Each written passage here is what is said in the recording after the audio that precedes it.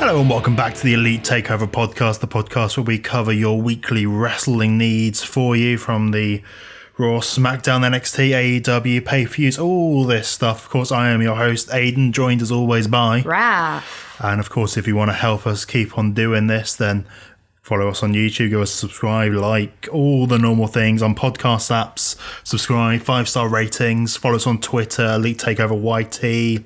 Check out the gaming channel, Elite Takeover Plays. All the places, but let's get down to it. We had AEW Dynamite tonight, the 18th of November edition of Dynamite. We started things off tonight with some tag team action. We started off with the Young Bucks taking on Top Flight tonight in their debut on Dynamite. They have been on Dark, but this is their Dynamite debut. What did you think of Top Flight in their first match?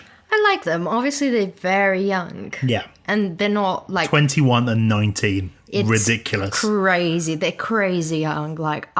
They still need more experience, but from what I've seen, they're very cool. Obviously, they were nervous because getting this on national TV and everything. And it's nerve-wracking. They had this really cool promo package beforehand where they talked about how much this kind of meant to them. Exactly. And so they showed their coming up. Yeah. So the stakes were very high. Yeah. For them. So obviously they're going to be nervous. So there was a couple of things that you could see they were very much setting up for the move and everything. But in general, I love them. Yeah. I think they will be incredible. They have a huge amount of potential down the line. Yeah. It depends. We'll see how it goes. But I think in 5 years' time, they'll be really great. Yeah. They're just super young at the moment. It's similar to the whole Private Party situation, I would say. Mm-hmm. A team that's really good, but just needs more reps and needs more competition. But they're really good at what they did. They had some really nice offense they did. Yes. It wasn't always the cleanest, but it was very nicely well thought out. Mm-hmm. You could see that the younger one, Dante, he perhaps got a little bit lost in where they were in the match at points. Mm-hmm. But it's an overwhelming situation. Yeah. It's national TV. Exactly. They're facing their dream team, essentially. Yes. The guys they've looked up to, they're facing in their first match on Dynamite. That's terrifying. Incredible. Working against the champions, well, that's a big deal. So Dante and Darius Martin, 21 and 19 between them. Really nice stuff in this match. Some very nice stuff on the Bucks. The Bucks being a bit overconfident, kind of slightly being heely, but not being heely. Just trying to get a bit more sympathy on the newer guys. Yeah. Really cool some tag team stuff in this where they had Darius in the corner, in his back out in the corner. So he's seated on the inside of the ring on the corner. And then they have Dante and do a buckle bomb onto the back of Darius, which is really nice. There's some really nice stuff in this. There was a weird roll up where they essentially counted 3, but hey ho. But BTE trigger onto Dante for the win. Pretty nice stuff, and they've got their dark fuse already built at the end of this match, but they're gonna do great on dark. Just put them on dark, let them get reps. Yeah. And that's all they need, really.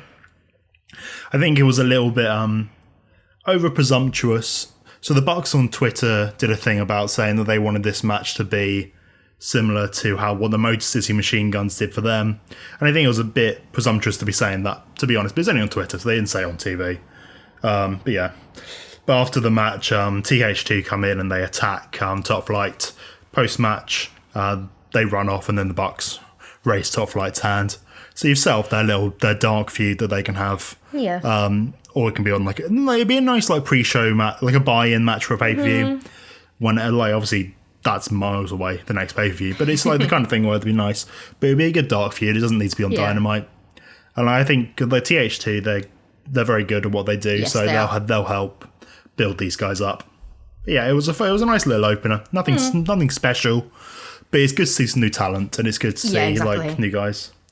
And it's also nice, because they were saying how this all came about essentially just because they happened to tweet Matt Jackson to be hey, look at us. Look at our show reel. Yeah, look at our show reel. Please like us. And then Matt was yeah, sure, Vance. Why not? Come on. So we're going to talk about all this at once, because I'm not going to split it into 2 parts. Yes.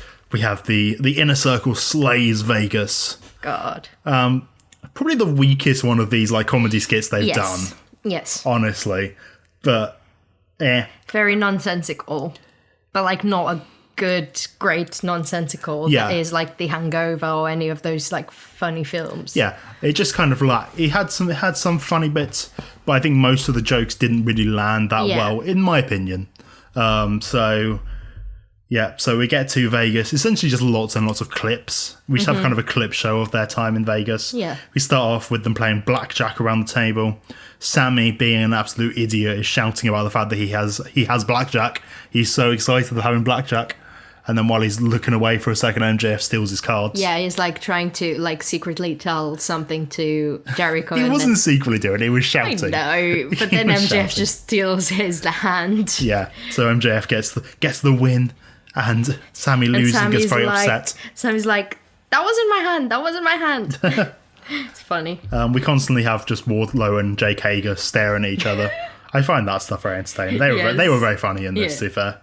Where were they at the end? That kind of disappointed me. Oh, yeah. I did wonder at the very end on the door bit. Yeah. But I don't want to spoil it right now because we're going to talk about it like 5 minutes later.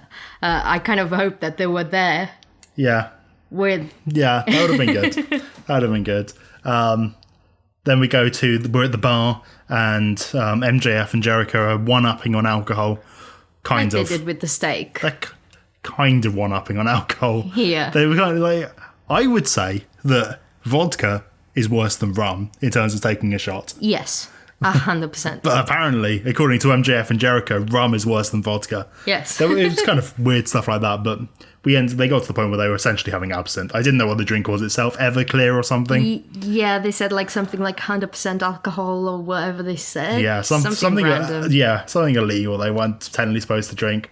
And then after becoming so drunk, you have to top that off. You have to top that off by getting high, having some weed in Conan's limo, chasing the dragon, and then there's a dude that's dressed the dragon holding a dog. Yep. Sammy and MJF are having a little chat. Everyone's so drunk at this point. And high and everything. Yes, they're all messed up. And Sammy's like, I hate you, MJF. And MJF is like, really? And Sammy's like, yeah. And then they just both burst into laughter. Yeah. What I was saying is, like, I found it really funny when they came out of the limo and it just came smoke out of it. Like a massive... So much smoke came out. Smoke machine. Crazy smoke machine. And you have Jake Hager and Wardlow just doing the one-up thing. But just beating people up.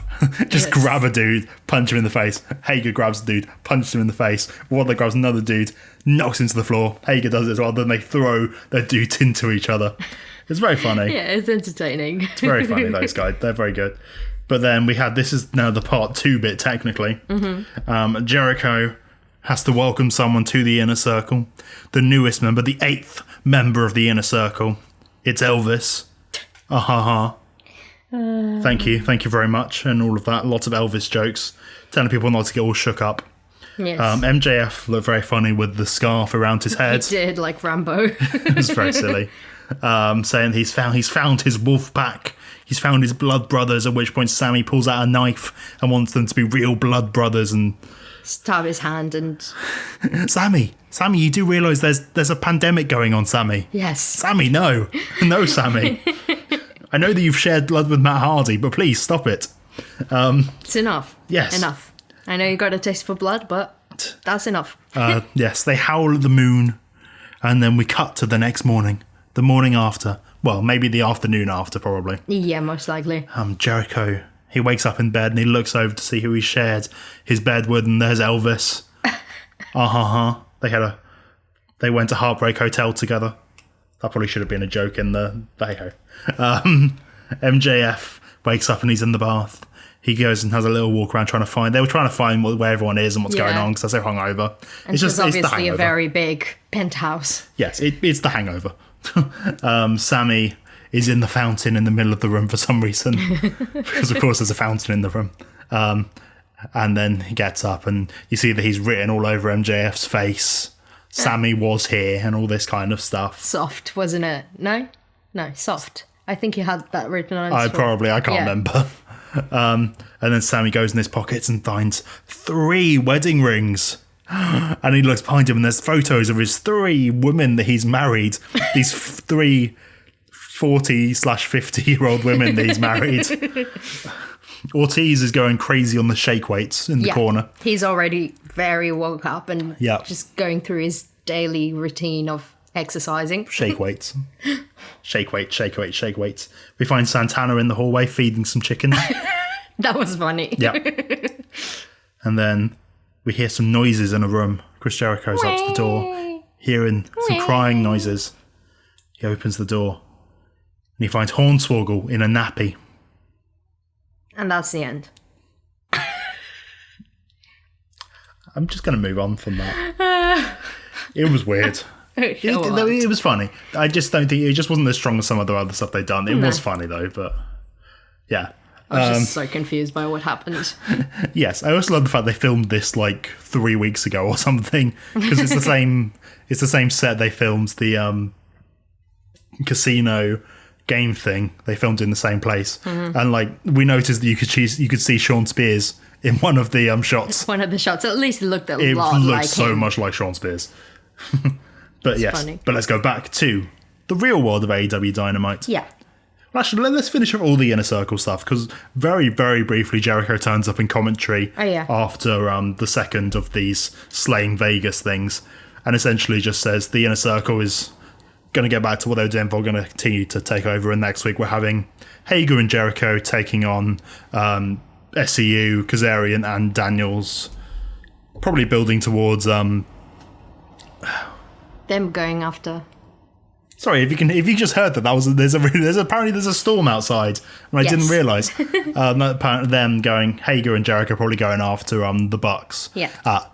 Winter is coming. Go to Jon Moxley, where he's having a nice little backstage promo. Really nice, really honest. Yeah. There's a really nice promo because it wasn't really a promo. He talks about his dad. And he talks about how his dad picked him up outside from the police station one day and told him that we're the good guys, and that's the thing that's driven him in his career, his 16-year career, is that he is wanting to be the good guy, and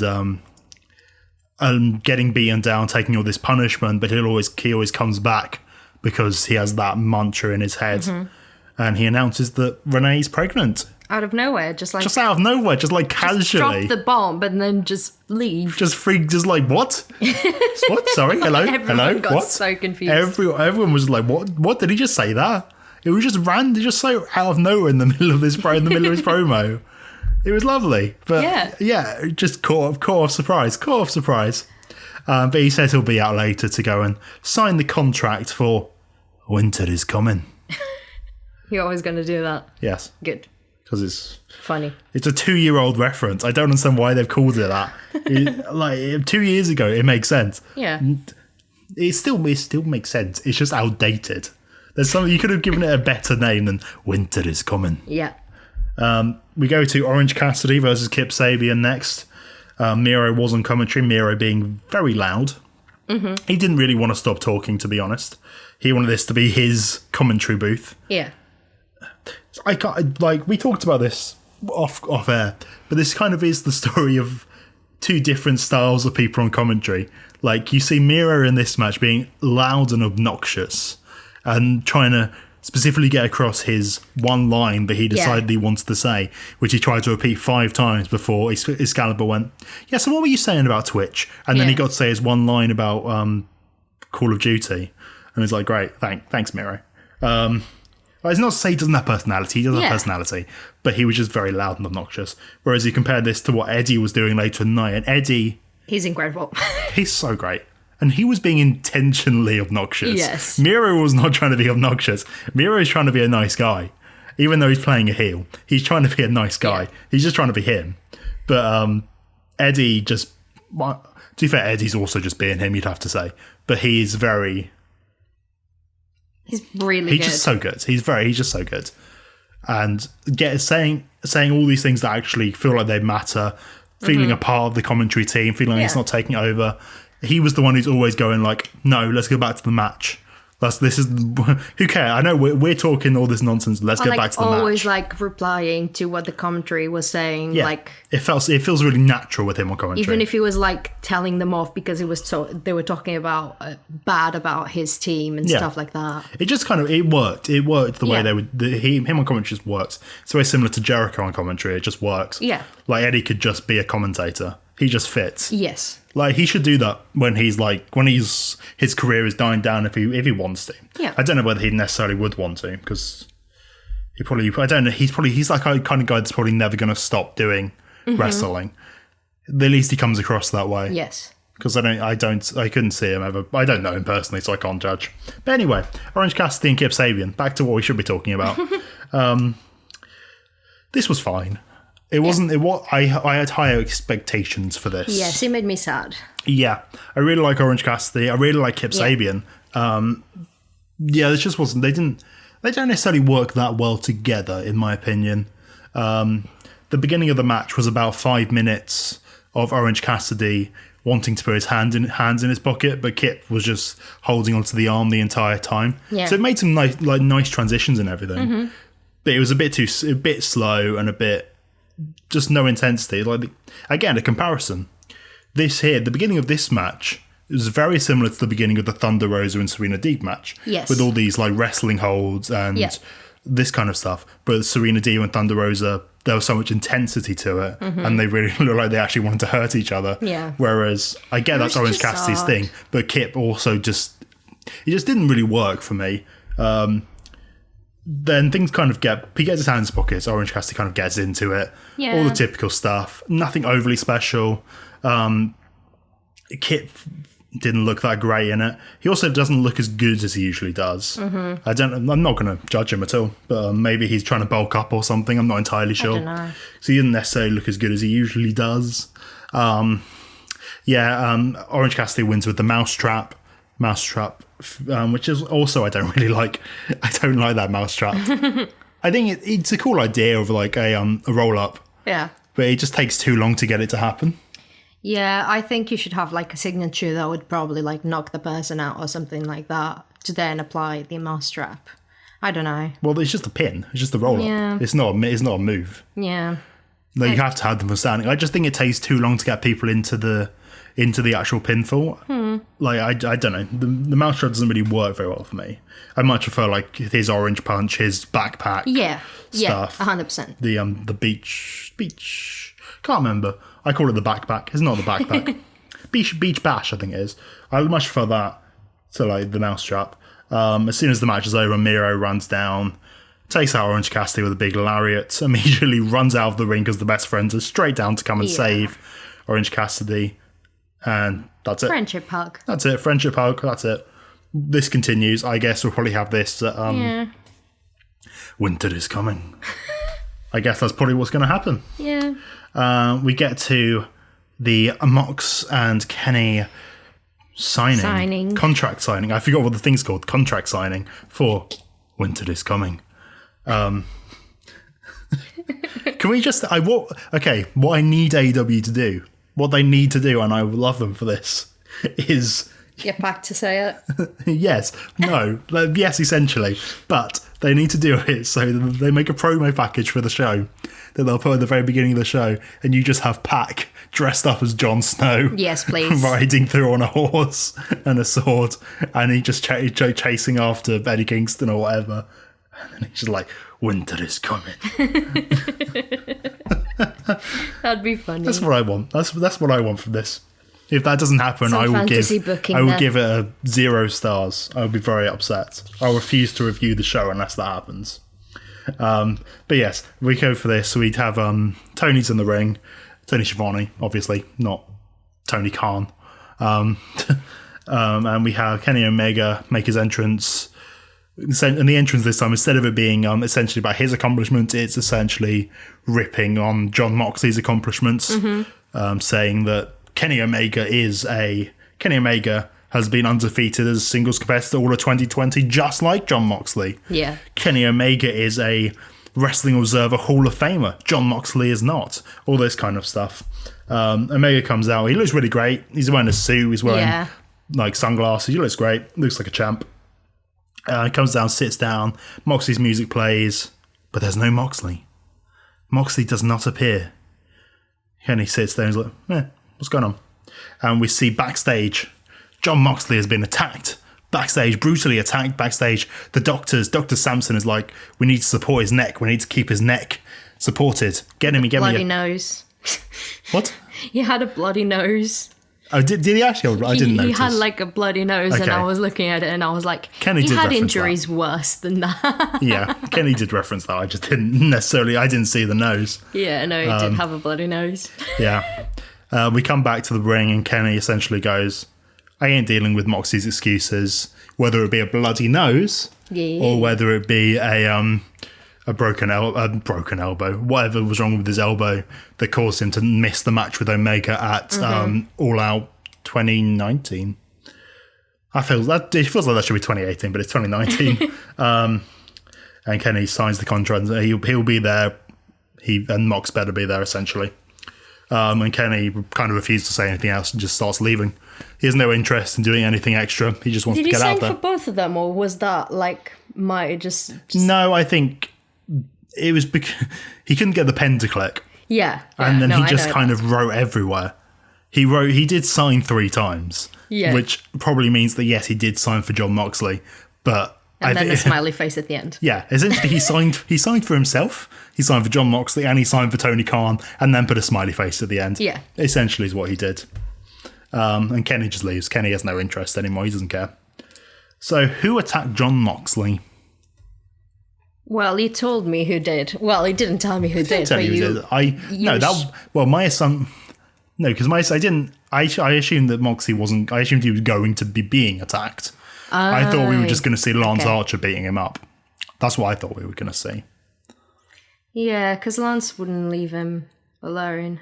Well, he would, but it's either going to be Lance Archer or it's going to be Kenny Omega. Yeah. Or it's going to be someone completely out of the blue. Yeah.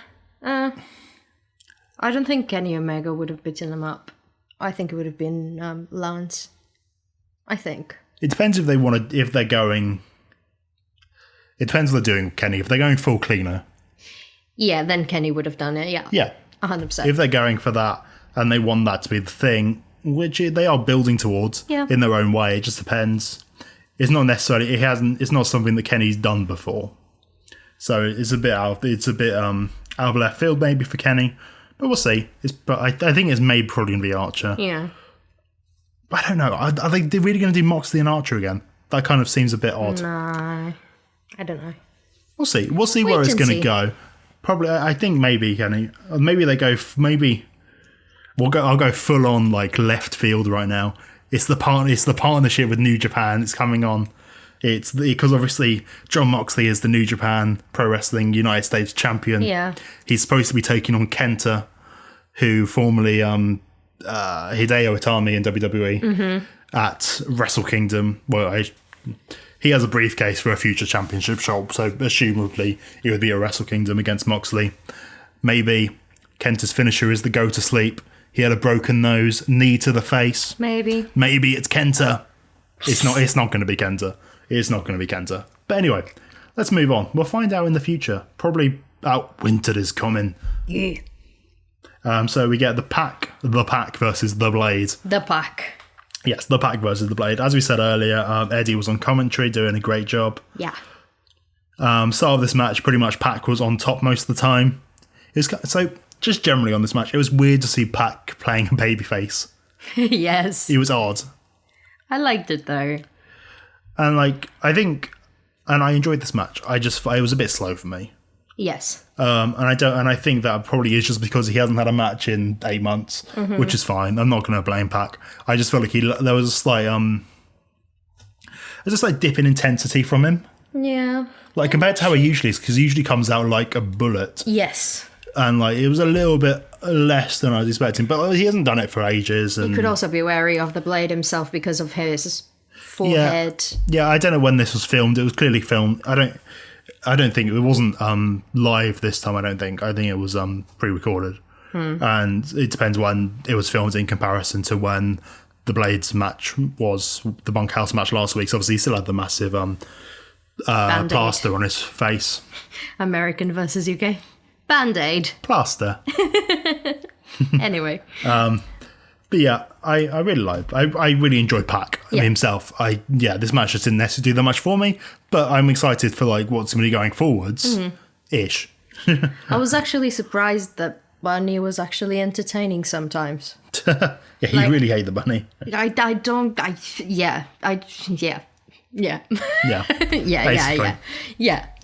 But I felt like today she was actually all right. Yeah. She was doing all right in like distracting him and all those things. Yeah, I think the team worked better today in terms of how they have been working.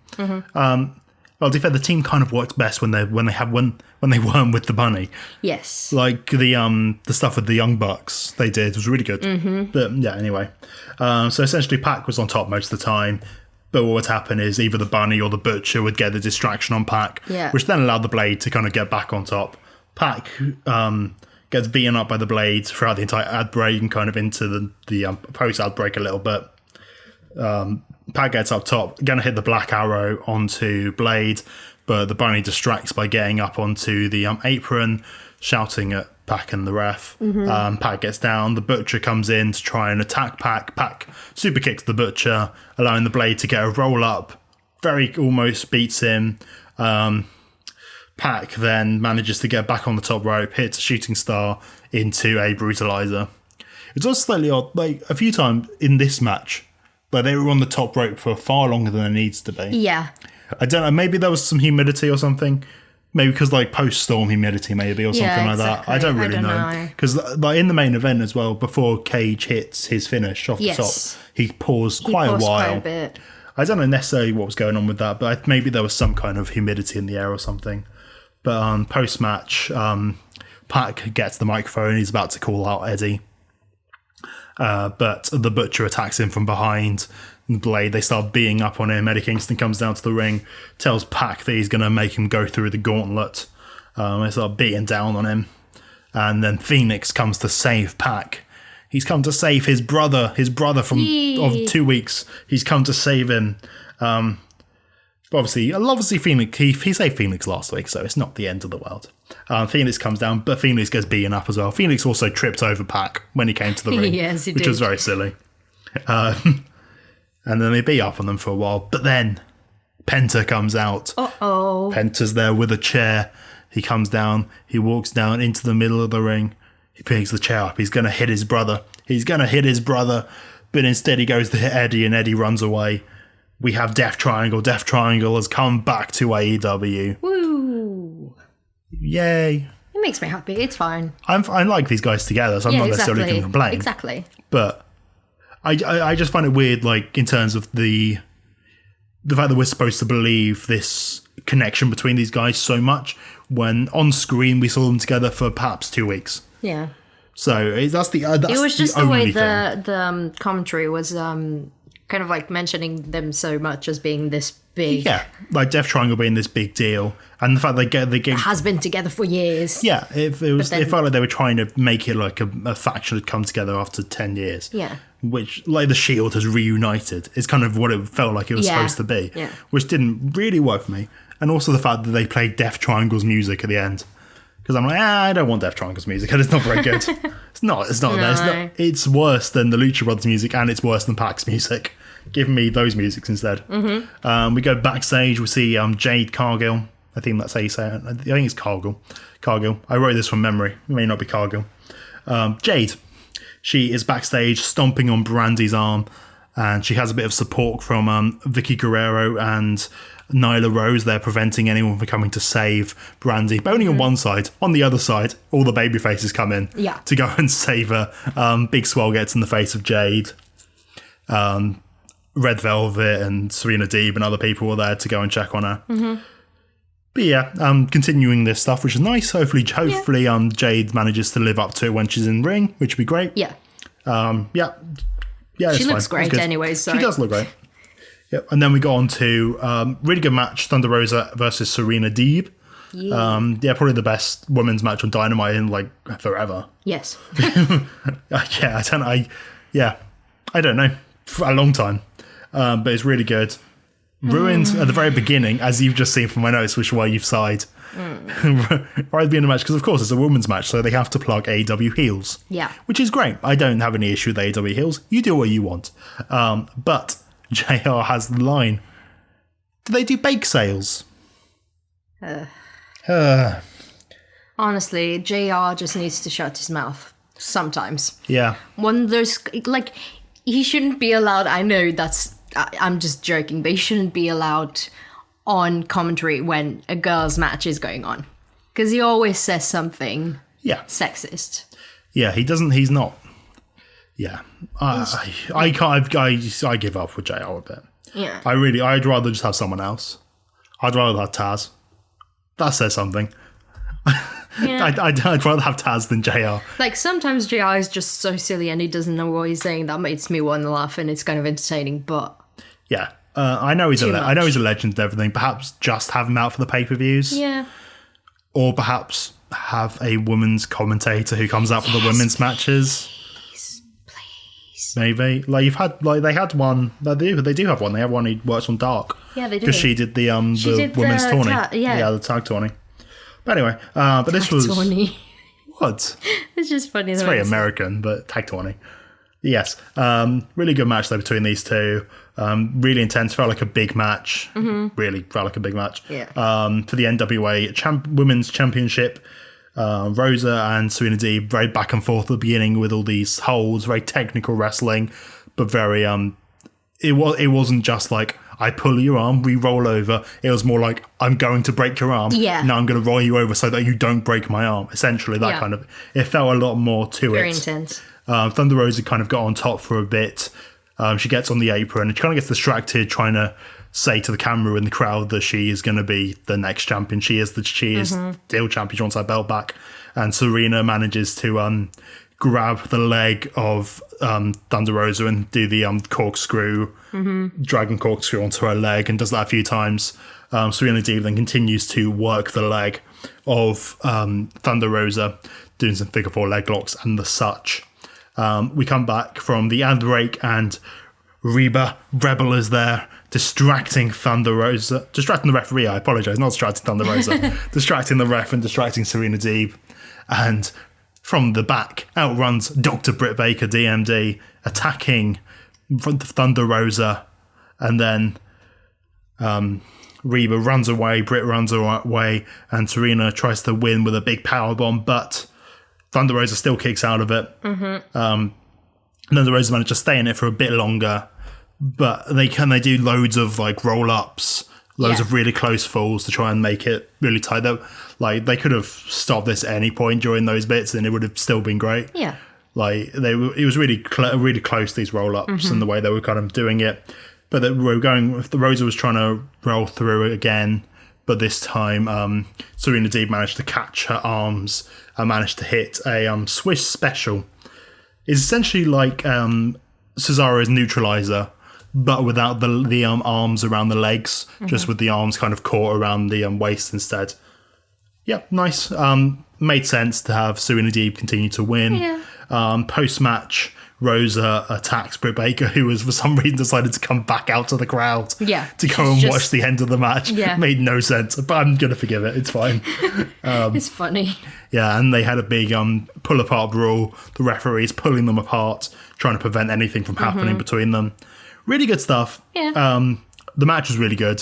The best match of the night. Yes, 100%. The main event was good as well. I'm not going to take away from that. That was a fun match as well, but this was the best match of the night. Thunder Rosa's great. Serena Deeb's great. Yeah. This is what the AEW women's division needs. Thunder Rosa and Britt Baker sounds great to me. I'm happy with that. Sounds great to me. I'm looking forward to it. Very happy with that. I'm very much looking forward to it. No matter who wins, to be honest. Yeah. Like, I assume Britt's going to win because Britt's the one who's contracted to AEW. But I don't care particularly. No. I just want to, give me some good women's matches. And Thunder Rosa is kind of giving the best matches. Yes. So I ain't going to complain. We go backstage, the Dark Order, John Silver and Anna Jay. The rest of them having a day off. Yeah. John Silver cuts a promo for Anna saying that she's no longer a rookie. She's no longer the star of the show. She has transformed to the Queenslayer number 99, and she's now ranked in the top 5. So Brody Lee has gone and spoken to Tony and has made it official that Anna, you're getting a title match next week against Shida. And then Anna Jay just said essentially that the same thing. Basically, essentially just saying to Shida, you beat me when I was a rookie. You're not going to beat me this time. Yeah.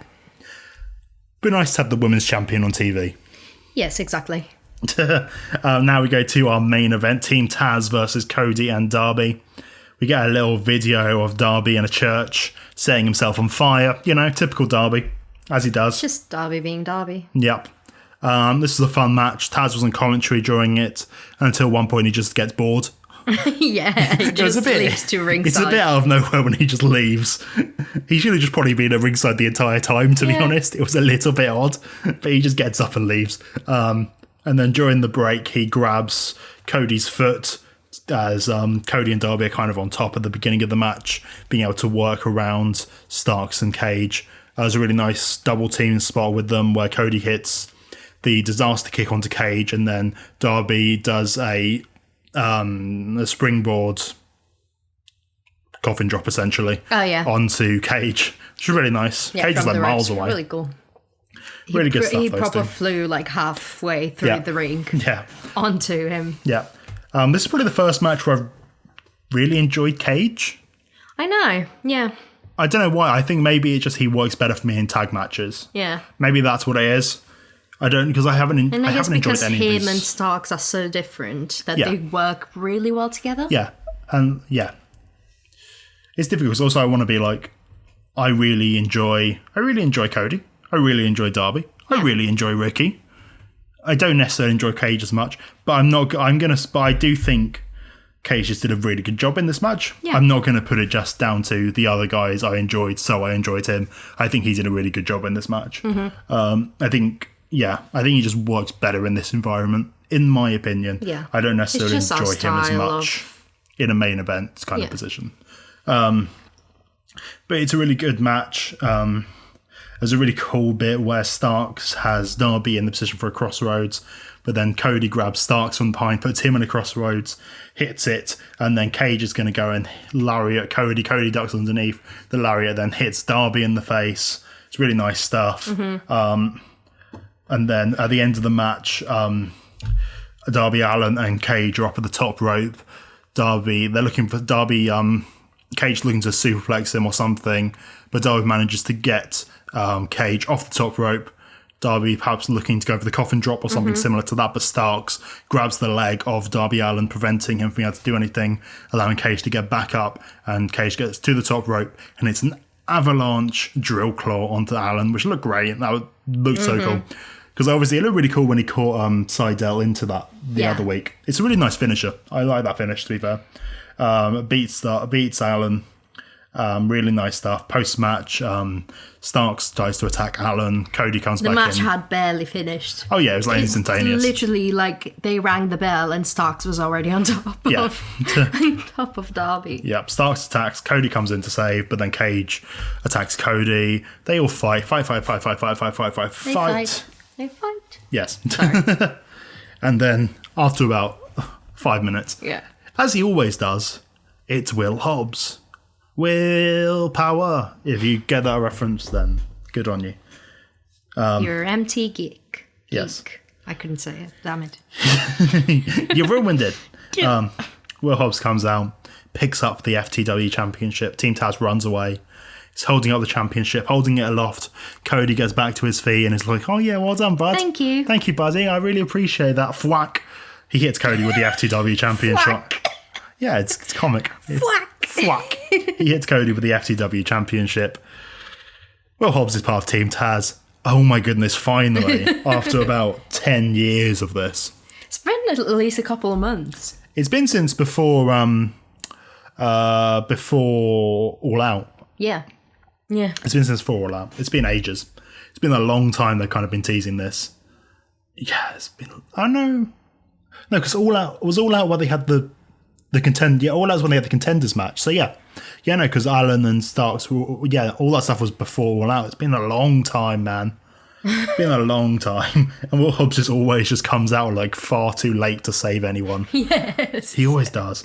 And he just looks like a heel, like, let's be honest. Yes. It's just his facial features.